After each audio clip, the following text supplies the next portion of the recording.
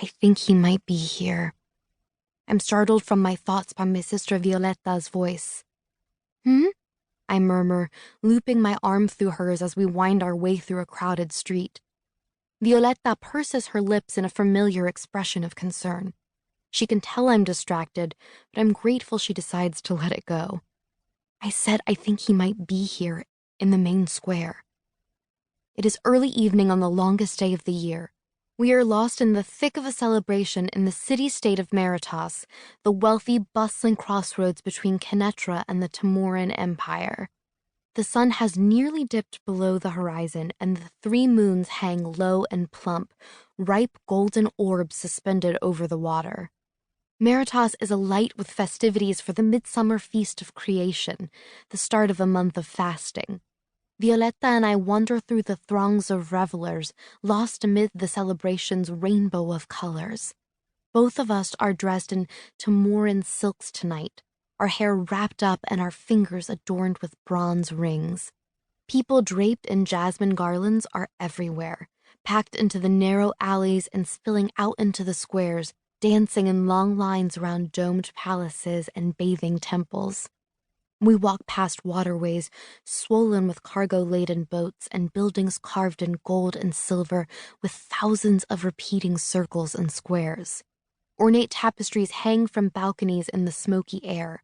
Soldiers pass us by in small clusters wearing billowing silks instead of heavy armor, a moon and crown emblem stitched onto their sleeves. They're not the Inquisition Axis, but no doubt they've heard news of Teren's orders from across the sea to find us. We steer clear of the soldiers. I feel as if I were in a haze, the celebrations floating around me. It's strange, really, to look out at all of this joy. What do I do with it? It doesn't feed my energy. Instead, I stay silent, letting Violetta guide us through the busy streets as I return to my dark thoughts. Since leaving Kenettra 3 weeks ago, I have woken to whispers at my bedside that fade away seconds later. Other times, the hushed voices talk to me when no one else is around. They are not always there, and I cannot always understand them even when they are speaking to me. But I can always feel their presence lingering in the corners of my mind. There is a blade there, a rotation of sound and silence, a lamp that burns black, a grim, growing fire. This is what they say. Adelina, why do you blame yourself for Enzo's death? I should have had better control over my illusions. I respond quietly to the whispers. I could have saved Enzo's life. I should have trusted the daggers sooner.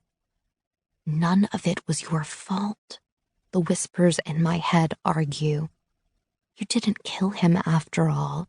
It was not your weapon that ended his life. So why are you the one cast out?